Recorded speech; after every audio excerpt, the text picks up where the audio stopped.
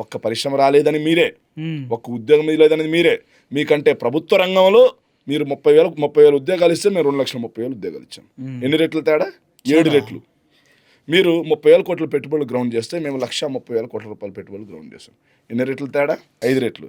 MSc రంగంలో 50 లక్షల మందికి ఉపాధి ఇచ్చాం.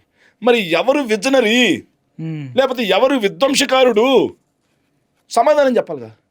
సో నేను అడుగుతున్నా, దమ్ముంటే కూటమిలు ఎవరికైనా, ఇంక్లూడింగ్ బీజేపీ కూటమి ముగ్గురు ఉన్నారుగా, దమ్ముంటే ఇది సెంట్రల్ బీజేపీ అన్నట్ల పాపం వాళ్ళేమో కరెక్ట్గానే ఇస్తున్నారు. వాళ్ళు ఇస్తున్నారు.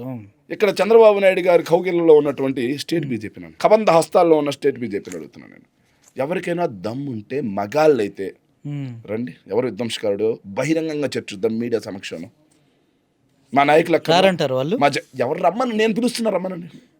మా నాయకులు అక్కర్లేదు, మా జగన్మోహన్ రెడ్డి గారు అక్కర్లేదు, మా బుగ్గన్ గారు అక్కర్లేదు, మా నాయకులు, నేను వస్తా. ఇది అబద్ధం అని మీరు నిరూపించండి.